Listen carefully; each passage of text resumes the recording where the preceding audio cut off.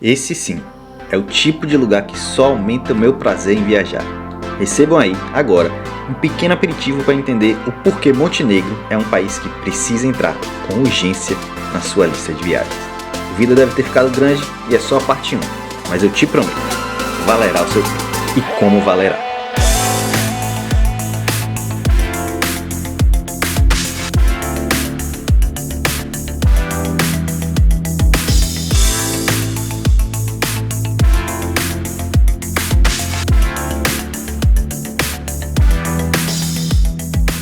E na hora que eu ia começar a gravação do vídeo, chegou uma nuvem para fechar essa vista aí, mas eu acho que tá dando para perceber e eu vou mostrar esse país incrível para vocês. Sejam bem-vindos a Montenegro. E se você não conhece ou nunca ouviu falar em Montenegro, tá aí mais um motivo que eu tanto insisto nesse canal, de que você tem que pesquisar os países que você vai viajar, não porque são famosos, não porque as pessoas dizem que vale a pena, mas procurando o que você acha que vale a pena. Vamos ver esse vídeo de Montenegro e no final vocês me dizem, é ou não é um país que devia ser mais famoso e mais visitado, tamanhas as suas belezas. Vamos lá.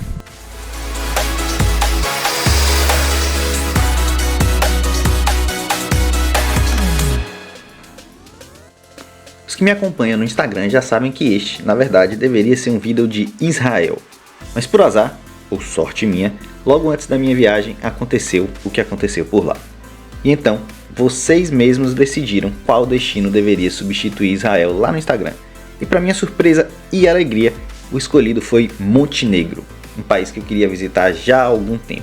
Então eu comecei minhas pesquisas sobre como chegar nesse país e vi que a melhor forma, em diversos aspectos, era passar por King's Landing, na Croácia, e depois seguir de ônibus para Montenegro. E foi uma decisão acertada. Além de ter feito o tour desse vídeo em Dubrovnik, na Croácia, eu ainda circulei por uma belíssima estrada entre os dois países, que valeu a pena mesmo com o clima ruim e mesmo com a imigração demorada na fronteira terrestre. Demora que seria rapidamente compensada por aquele que hoje está certamente no meu top 5 de países mais bonitos e interessantes do mundo, ao menos dentre os mais ou menos 50 países que eu já conheço. Montenegro é tão interessante que eu terei que separar o vídeo em dois, e isso também foi seguindo a votação de vocês lá no Instagram. Já que mesmo sendo uma viagem de apenas uma semana, há muita coisa a mostrar e a dizer. Kotor, Perast, Petrovac, Budva, Lago Skadar, Mausoléu de Niegos, Podgorica. Enfim, é mesmo um país pequeno em área e enorme em belezas. Nossa aventura de hoje, nesse país de mais ou menos 620 mil habitantes, começa em Kotor, uma cidade que parece ter sido esculpida pela mão de um artista. Essa cidade, murada, protegida pela Unesco, remonta a mais de um milênio. Ao entrar nas muralhas majestosas de Kotor, somos transportados para uma época de castelos e contos épicos. Mas antes de visitar a cidade murada de Kotor, vamos olhá-la um pouquinho mais de longe, para entender outra coisa bem curiosa dessa região de Montenegro. Suas cidades que beiram seus belíssimos fiordes.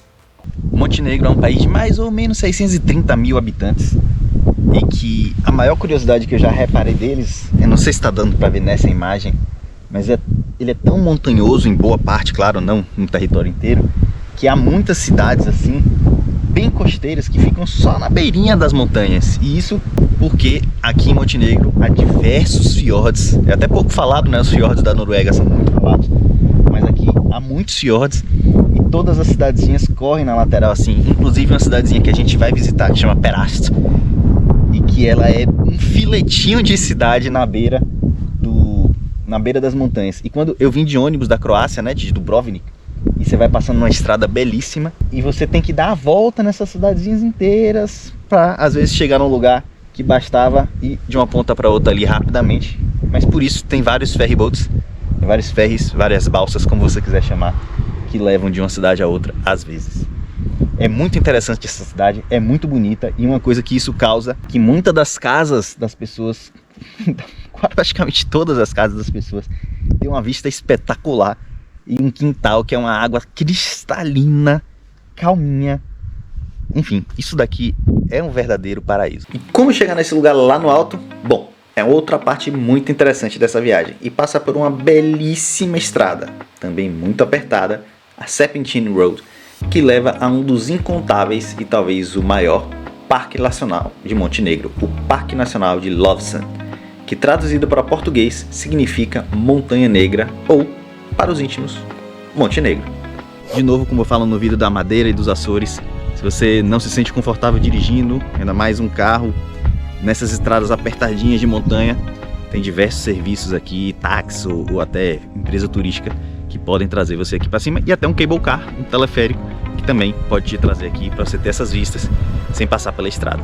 Mas, por outro lado, se você, assim como eu, adora uma estradinha assim, adora dirigir um carro manual numa estrada assim, recomendo demais, porque realmente é uma experiência legal e cada pontinho que você vai passando nessa estrada você tem uma vista diferente. Por mais que eu esteja indo aqui para um, digamos assim, um objetivo final, um observatório final, que vai ter a vista mais ampla, cada um tem um ponto de vista diferente, um ângulo diferente, muito interessante.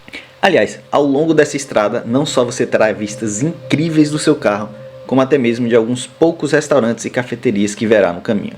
Essa mesmo, que eu publiquei até nos shorts, é uma cafeteria que para mim é o melhor lugar do mundo hoje em dia para se tomar um cafezinho. Você concorda? Mas seguindo a estrada e entrando de fato no Parque Nacional, após pagar uma taxa de 3 euros, você vai passar por mais paisagens belas e uma ótima estrada para ir até o mausoléu de Petar II Petrović Njegoš, que é o monumento mais importante de Montenegro. Njegoš escolheu esse lugar para o seu descanso eterno pessoalmente. E quem foi Njegoš? Bom, Njegoš foi um poeta e filósofo cujas obras são amplamente consideradas como as mais importantes na literatura montenegrina e também sérvia. É um lugar muito interessante, de importância enorme para o país, mas que fará você enfrentar uma longa escadaria de subida. São quase 500 degraus, bem íngremes, é bom dizer, além do custo de 8 euros. Ao entrar no mausoléu, há duas esculturas de mãe e filha, ambas da família Njegoš, segundo alguns historiadores. No meio do mausoléu está a figura de Njegoš com uma águia de asas abertas, e abaixo dela, descendo uma escadinha, você vai ver na cripta do mausoléu a sepultura de Njegoš. Se vale a pena ir até lá? Bom, sendo sincero, as vistas aqui são bonitas, mas não tão impressionantes quanto da estrada e de outros lugares de Kotor.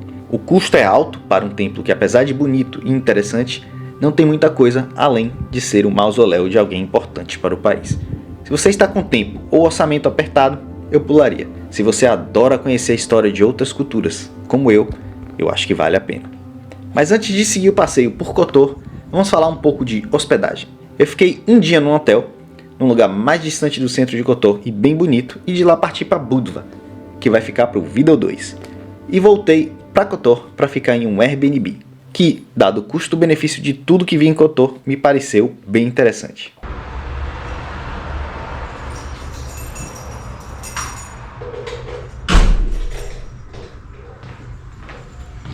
De volta a Kotor, e eu vou mostrar para vocês o Airbnb que eu tô. Normalmente eu não faço isso, tem uma coisa especial que eu quero mostrar aqui no final, e que é uma vantagem de você viajar para esse tipo de lugar fora da alta estação. Vamos lá, primeiro eu vou mostrar algumas coisas aqui para eles, sem mostrar o gran finale.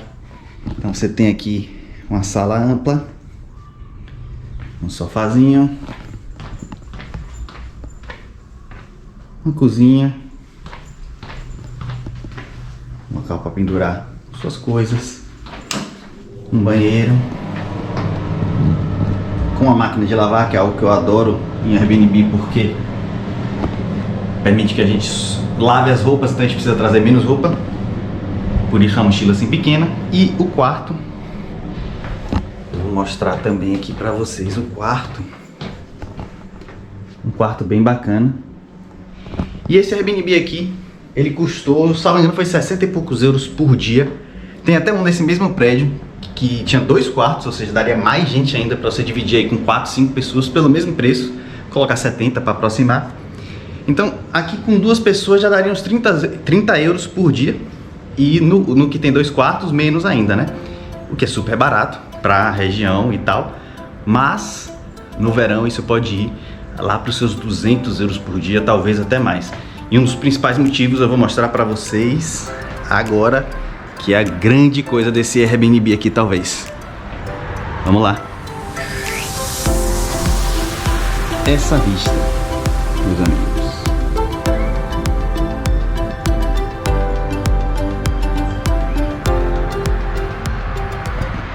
É ou não é incrível? Vale ou não vale esse preço? Você pode estar perguntando por que então eu não peguei o de 2 quartos, né? Motivamente simples. Primeiro, eu tô sozinho, eu não preciso de 2 quartos. O outro era até mais bonito, assim, melhor decorado. Só que a grande questão é que o apartamento, o outro, pela vista que eu vi lá no site da Airbnb, ele é mais recuado, mais lá pra trás. Então essa daqui é mais bonita. E ainda tinha essa mesinha na varanda que o outro não tem. E que eu sempre gosto de varanda, sou apaixonado por varandas, ainda mais com uma vista dessa. Então tá aí. Pois é, há lugares em que, pra mim, basta uma cama e um banheiro dignos na minha hospedagem, como foi o caso da viagem pra Polônia. Mas há outros em que eu gosto de ficar num bom hotel e nesse caso, nesse lugar, não havia como deixar a oportunidade de ter, no café da manhã e antes de dormir, uma vista como essa.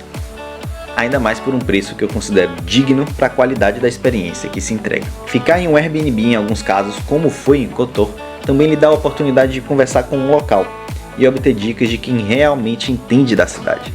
E como digo no vídeo sobre o que não fazer em Lisboa e também nos meus vídeos sobre Salvador, minha cidade natal, o local de Kotor falou uma coisa que vale para o mundo inteiro. Os restaurantes da Old Town, o lugar mais turístico da cidade, não serão os melhores, nem de longe, e serão um dos mais caros. Por isso ele indicou o Plátanos, um pouco mais distante do centro da cidade, e de fato foi um dos melhores que fui na região, se não o melhor. Ah, e antes de partirmos para a Old Town, vale uma curiosidade e uma dica importante de Montenegro. E existem várias curiosidades que eu quero falar aqui sobre Montenegro, só que eu vou dividir as curiosidades entre os dois vídeos para não ficar repetitivo, ou quem assistir um só não pegar algumas das curiosidades. E uma delas é importante: se você chegar em Montenegro e não ficar em hotel, ficar no Airbnb como eu tô agora, você precisa ir em das casinhas de informações de turistas, informar que você está no país e pagar uma taxa diária que é em torno de €1,50. Se você ficar em hotel, como eu fiquei no início dessa viagem, o próprio hotel já comunica que você está no país, digamos assim, e você já paga diretamente o hotel. Certo, agora sim, vamos ao Old Town. As muralhas de Kotor, com mais de 1000 anos de idade, são um testemunho vivo do passado glorioso dessa cidade. A subida pelas muralhas não é apenas uma jornada física, mas também uma viagem no tempo.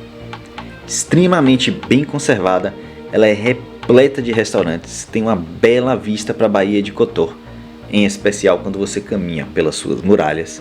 E claro, uma outra curiosidade sobre Montenegro que muito me agradou. É uma terra sagrada para os gatos. Na própria Old Town você verá muitos gatos. E lá mesmo verá um museu inteiramente dedicado a eles, ao custo de simbólicos €1. Acredita nisso? Um museu especialmente dedicado aos felinos? Mas e por que tantos gatos e por que sua importância em Kotor e em Montenegro? Disse que por ser parte da República de Veneza no passado e, portanto, importante ponto de comércio marítimo, os gatos ajudavam os comerciantes a manter barcos e portos livres de ratos e cobras, sendo hoje símbolos de sorte e prosperidade nesse local, especialmente tendo em vista que o lugar que eles mais gostam, a Old Town, sobreviveu quase intacta a guerras, terremotos e muito mais. E após a intenção de alguns governantes de tentar reduzir a população de gatos no passado mais recente, a população se revoltou e passou a cuidar deles e protegê-los ainda mais. Não se assuste se você entrar numa loja na Old Town e ver gatos locais simplesmente deitados no balcão e o vendedor a trabalhar sem incomodá-lo, ainda que ele esteja no seu caminho de trabalho. É super comum e eu até tirei algumas fotos curiosas disso. Se você não gosta de gato, e eu não sei porque alguém não gostaria desse animal tão especial, não se preocupe. Eles são totalmente acostumados com os humanos. Não incomodam e tampouco são ariscos. Mas se você não quer ser incomodado, lembre-se, também não incomode. Regra que serve para gatos, cachorros e também para nós, seres humanos. Ou não é? Bom, e ali pertinho de Kotor tem uma outra cidade muito interessante.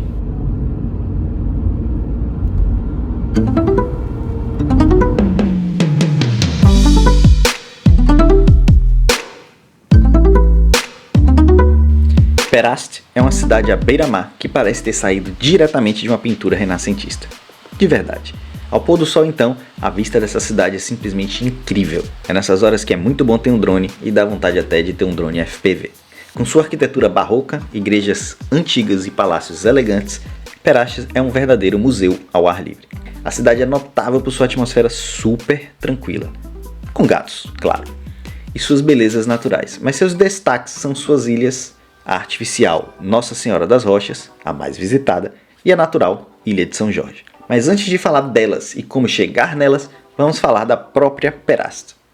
E essa bela cidadezinha que eu cheguei aqui agora é a cidade de Peraste, que eu até comentei quando eu estava lá em cima, depois de subir a rodovia Serpentina.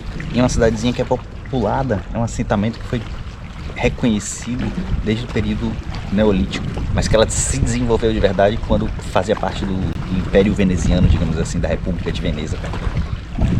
E principalmente por seu potencial defensivo, afinal de contas, além de ficar num fiord, que é uma região já protegida, foram criados vários fortes aqui e, claro, igrejas. E ela fica só a 10 minutinhos de Kotor, de carro, né? É interessante você vir de carro porque você vai dirigindo pela estrada que vai beirando todos esses fiordes lindos aqui, essa pista maravilhosa. Mas uma outra forma que eu também vim pra cá, muito interessante, é de barco. Você consegue pegar um barco lá de Kotor e vir para as duas ilhazinhas aqui que eu vou colocar as imagens para vocês. Duas ilhazinhas que tem aqui perto, são bem interessantes. Daqui não dá pra ver direito, mas eu vou jogar as imagens. E aí você faz um pacote tanto para vir para Peraste como para essas duas ilhas, e a vista da água para a cidade, para essas montanhas todas é realmente linda. Se você tem preguiça de procurar esse tipo de passeio, eu vou procurar o que eu fiz, onde eu comprei, e deixar um link aí na descrição para vocês comprarem direto. Peraste é uma cidade bem pequenininha, que dá para você vir aqui passar acho que 1 hora e aproveitar e jantar, almoçar, enfim. Mas que é muito bonitinho, vale a pena, tanto pelas construções como vocês estão vendo aí, né? Pelas vistas. Então é um passeio mais do que recomendado, principalmente se for passar alguns dias em Kotor. Além disso, é um lugar com várias praiazinhas, vários pierzinhos para você dar um mergulho nessa água. Não sei se está dando para ver por causa do sol, mas nessa água transparente.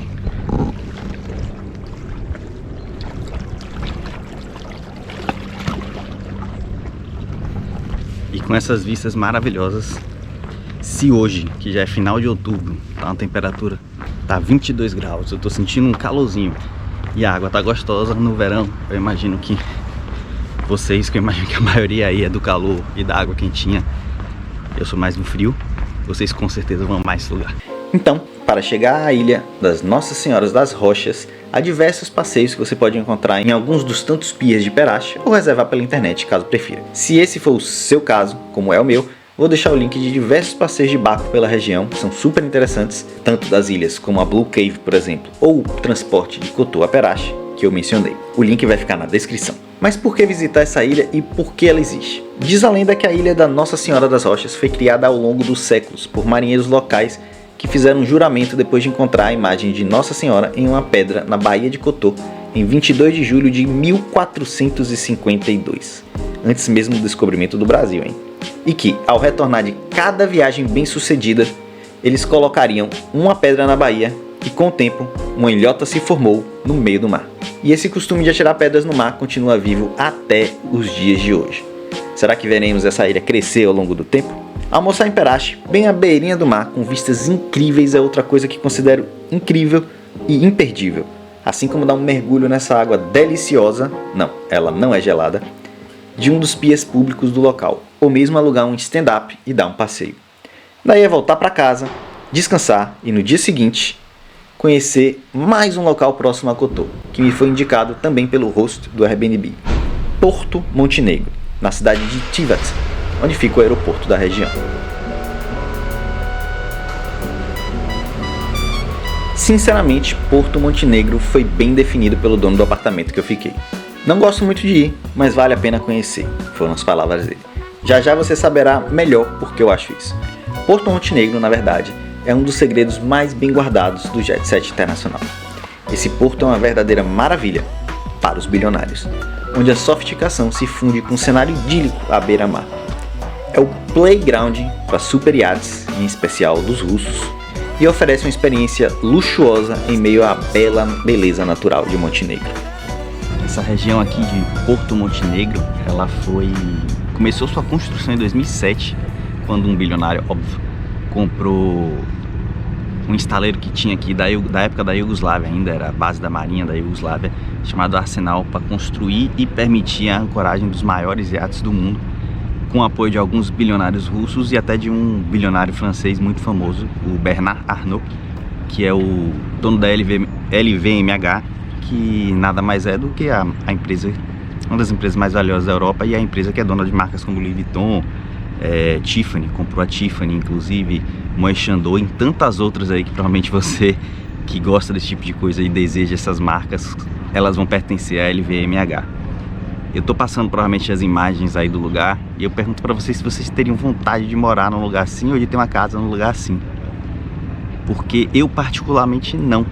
Eu até passo um tempo aqui, mas isso aqui é tão a bolha da bolha da bolha dentro de uma bolha blindada, enquanto o mundo se acaba lá fora, que eu acho que se eu vivesse dentro dessa bolha eu ia acabar ficando doente.